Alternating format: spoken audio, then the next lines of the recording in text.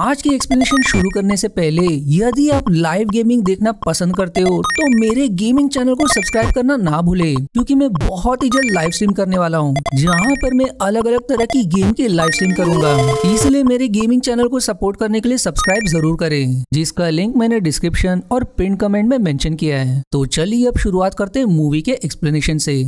Film की शुरुआत Yemen के एक शहर से होती है, जहां कुछ आतंकवादियों ने एक गाड़ी में केट नाम की जियोफिजिस्ट और उसके साथ जेम्स को बंदी बनाकर ले जा रहे होते हैं, जिनके पास हेलस्टॉर्म नाम का एक खतरनाक डिवाइस भी होता है। वहीं उनके चारों ओर आर्मी वाले घात लगाए उन पर निशाना साधे छुपे होते हैं। फिर तभी उनमें से एक सोल्जर आतंकवादी की गाड़ी पर शूट कर देता है, जिससे वो गाड़ी बंद हो जाती है और सारे सोल्जर्स वहाँ आने के लिए निकल जाते हैं। अब आतंकवादी गाड़ी से बाहर आ जाते हैं और देखते ही देखते दोनों तरफ से हमला शुरू हो जाता है। वहीं गाड़ी में एक आतंकवादी केट को हेलस्टॉर्म चालू करने को कहता है, लेकिन वो उसे चेतावनी देते हुए कहती है कि इससे बहुत ज्यादा विनाश होगा। पर आतंकवादी अब जेम्स से हेलस्टॉर्म चालू करने को कहता है, इसलिए डर के मारे वो उसे चालू कर देता है, जिसमें 60 सेकंड का टाइमर लग जाता है। जिसके बाद आतंकवादी जेम्स को शूट करके मार देते हैं और अब एक सोल्जर गाड़ी में बैठे आतंकवादी को मारकर केट को अपने साथ चलने को कहता है। पर वो समझाती है कि हेलस्टॉर्म को बंद करना होगा, इसलिए वो उसे बंद करने की काफी कोशिश करती है, पर वो बंद ही नहीं होता। और फिर टाइमर भी खत्म होने वाला था, इसलिए वो गाड़ी से उतर जाती है। लेकिन तब तक हेलस्टॉर्म चालू हो जाता है, जिससे बहुत ज्यादा जोर की आवाजें आने लगती है और फिर एक धमाके के साथ हेलस्टॉर्म जमीन के अंदर चला जाता है। पर समय रहते सारे सोल्जर्स केट को लेकर उस जगह से दूर आ जाते हैं, जिसके बाद सब कुछ शांत हो जाता है। Soldier of secretary of defence स्पीयर से कॉल करके कहता है कि हमने केट को बचाकर उस डिवाइस को खत्म कर दिया है। जिस पर केट सोल्जर से कहती है कि तुमने झूठ क्यों कहा, ये डिवाइस अब जमीन के अंदर जा चुका है और वो आगे बढ़ते हुए दुनिया के अलग अलग हिस्से में जाते रहेगा, जिससे सब कुछ बर्बाद हो जाएगा। पर सोल्जर उसकी बात को अनदेखा कर देता है। इसके बाद हमें एक हफ्ते बाद का सीन दिखाया जाता है, जहाँ केट का पति रॉब, जो एक टीचर भी है, वो अपनी बेटी जेसी और एक स्टूडेंट जैक के साथ हाइकिंग करने जंगल में आया होता है। और तभी वहाँ रॉब का दोस्त मार्टिन भी आ जाता है, जो एक रेंजर है। वो रॉब से कहता है कि मेरे साथ चलो, मुझे तुम्हें कुछ बताना है कि आसपास के इलाके में बहुत ज्यादा भूकंप आया है। इसलिए रॉब और बाकी मार्टिन के ऑफिस के लिए निकल जाते हैं। दूसरी तरफ केट डिफेंस ऑफिस में होती है, जहाँ वो सभी को बताती है कि उन आतंकवादियों ने हेलस्टॉर्म हथियार को चालू कर दिया है, जो हर जगह भूकंप ला रहा है। पर पीएस साफ मना करते हुए कहता है कि हेलस्टॉर्म जैसी चीज का अस्तित्व सिर्फ किताबों में है और सच्चाई ये है कि इसे अभी तक किसी ने बनाया तक नहीं, क्योंकि हम इस प्रोजेक्ट पर काम कर रहे थे जिसमें हम असफल रहे। पर केट कहती कि मैं सच कह रही हूँ, यदि हमने उसे नहीं रोका तो पूरी दुनिया बर्बाद हो जाएगी। लेकिन कोई भी उसकी बात को ना मानते हुए मीटिंग को रद्द कर देते हैं, इसलिए केट गुस्से में वहाँ से चली जाती है। इधर जंगल में कपल अपना टेंट लगा रहे होते हैं कि तभी वहाँ की जमीन हिलने लगती है और फिर देखते ही देखते जमीन में बहुत बड़ा दरार पड़ जाता है, जिसकी अंदर से आग के बड़े बड़े शोले निकलने लगते हैं, जिसकी चपेट में वो कपल भी आ जाते हैं। वहीं मार्टिन के ऑफिस में उन्हें अभी हुए भूकंप के बारे में पता चलता है, इसलिए रॉब और मार्टिन वहाँ के लिए निकल जाते हैं। इधर केट अपने कार में होती है कि तभी वहाँ डिफेंस ऑफिस में काम करने वाला एक सोल्जर ड्रू आकर उसे कहता है कि तुम सही कह रही थी, वो हेलस्टॉर्म डिवाइस है और मैंने ही तुम्हें वो सारा डेटा भेजा था कि किस जगह हेलस्टॉर्म है। पर मुझे माफ कर दो कि उन्होंने तुम्हें पकड़ लिया।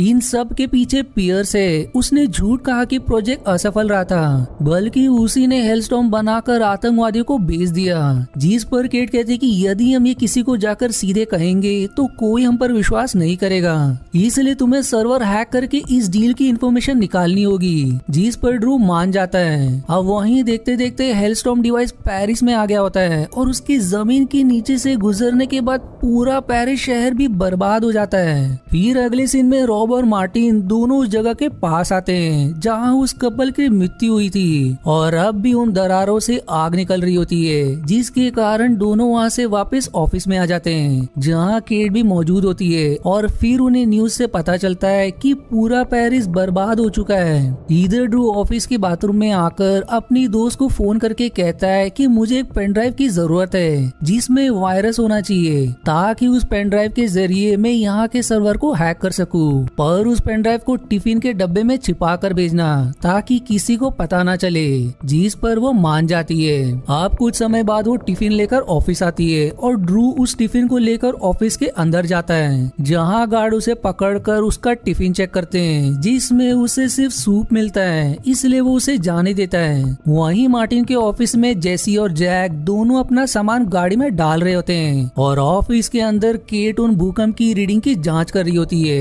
वो कहती कि मुझे भूकंप की रीडिंग का पता लगाना है कि वो किस तरह बढ़ रही है और उसमें कितनी शक्ति है, जिसके बाद ही मैं इसे बंद करने का तरीका निकाल सकती हूँ। फिर तभी उन्हें जेसी के चिल्लाने की आवाज सुनाई देती है, क्योंकि ऑफिस के बाहर वहाँ भी भूकंप का झटका आ चुका था, जिससे वहाँ दरार पड़ जाती है। इसलिए केट और बाकी भी ऑफिस से बाहर भागने लगते हैं, पर मार्टिन रीडिंग चेक करने वाले डिवाइस को लेने के लिए अंदर जाता है और जैसे ही वो बाहर निकलता है उस बेचारे पर एक पेड़ गिर जाता है, जिससे उसकी वहीं मृत्यु हो जाती है, जिसे देख रॉब और बाकी दुखी हो जाते हैं, पर उनके पास समय नहीं होता, इसलिए सभी वहाँ से निकल जाते हैं। अब एक जगह रुककर केट सभी से कहती है कि हमें 3 अलग अलग जगह के भूकंप के लहरों की रीडिंग चाहिए। यदि उन तीनों को मिला दिया जाए तो हमें पता चल जाएगा कि हेलस्टॉर्म को कैसे रोकना है और इसके लिए हमें कितने पावर की जरूरत पड़ेगी।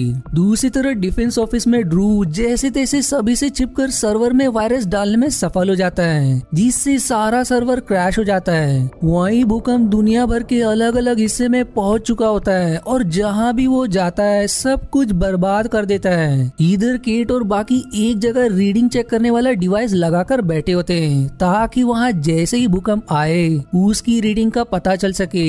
और तभी वहां भूकंप आ भी जाता है, पर सभी अपने आप को संभाल लेते हैं और भूकंप के जाने के बाद उन्हें रीडिंग मिल जाती है। पर अब उन्हें 2 और जगह की रीडिंग की जरूरत होती है और समय कम होने के कारण वो 2 टीम में बट जाते हैं। एक टीम में केट और जेसी होते हैं तो दूसरे में रॉब और जैक। इधर डिफेंस ऑफिस में भी भूकंप आ जाता है, पर कुछ ही समय में वो शांत भी हो जाता है, जिसके बाद पियर्स ड्रू को अपने कैबिन में भेजता है ताकि वो सर्वर को ठीक कर सके।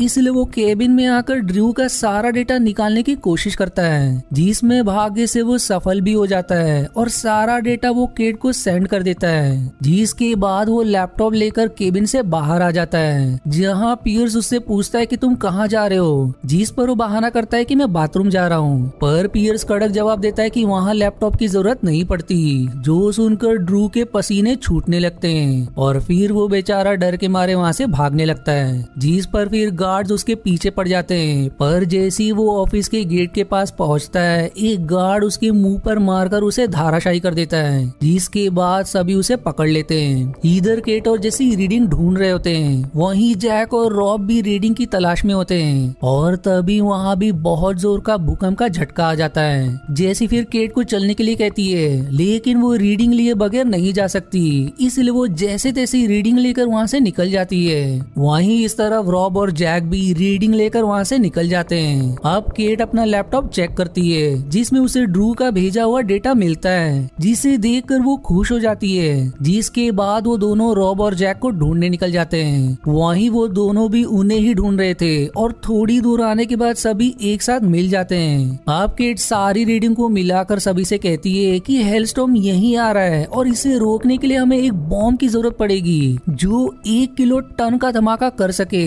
जिस बॉम्ब को हम जमीन के अंदर डालकर विस्फोट कर देंगे, जिससे हेलस्टॉर्म नष्ट हो जाएगा। पर रॉब कहता है कि हम बॉम्ब कहाँ से लाएंगे, जिस पर फिर केट पियर्स को फोन करके कहती है कि मेरे पास सारा डेटा है कि तुमने ही दुश्मनों के साथ डील की है, इसलिए यदि तुम चाहते हो कि ये डेटा सरकार तक ना पहुँचे तो मुझे एक ऐसा बॉम्ब चाहिए जो 1 किलो टन का धमाका कर सके।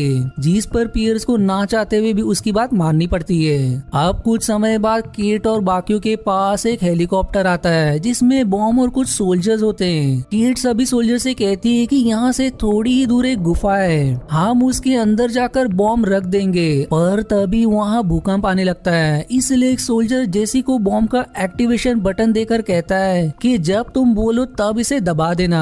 इसलिए अब सभी गुफा के अंदर आकर बॉम्ब प्लांट कर देते हैं और जेसी को एक्टिवेशन बटन दबाने को कहते हैं, जिस पर वो उसे दबा देती है। जिसके बाद ही 10 मिनट का टाइमर सेट हो जाता है। पर बॉम्ब के एक्टिवेट होते ही सोल्जर केट और बाकियों पर गन तान कर कहता है कि मुझे पियर्स ने तुम सभी को मारने का आदेश दिया है, पर दूसरा सोल्जर उसे ही शूट करके मार देता है, जिसके बाद सभी गुफा से बाहर आ जाते हैं। वहीं बॉम्ब को डिटोनेट होने में अब सिर्फ 1 ही मिनट बच जाता है और भूकंप भी डिफेंस ऑफिस तक पहुंच जाता है, जो बहुत ही बड़ा और भयानक रूप ले चुका होता है, जो कि पूरे डिफेंस ऑफिस को अपनी चपेट में ले लेता है, जिसमें पियर्स भी मारा जाता है। दूसरी तरफ केट और बाकी कार में बैठकर गुफा से काफी दूर आ जाते हैं और तभी बॉम्ब डेटोनेट हो जाता है, जिससे बहुत ही बड़ा धमाका होता है और इस धमाके के साथ ही हेलस्टॉर्म भी विस्फोट हो जाता है। वहीं केट और बाकी एक खाई के पास आ जाते हैं, जहां अब सब कुछ शांत हो चुका था, जिसे समझने के बाद सभी एकदम खुश हो जाते हैं और इसी हैप्पी एंडिंग के साथ ये मूवी यहीं समाप्त हो जाती है। आशा है आपको मेरी एक्सप्लेनेशन पसंद आई। यदि हाँ तो प्लीज वीडियो को लाइक करना और चैनल को सब्सक्राइब करके सपोर्ट करना ना भूलें। मिलते हैं अगले एक्सप्लेनेशन वीडियो में, तब तक के लिए धन्यवाद दोस्तों।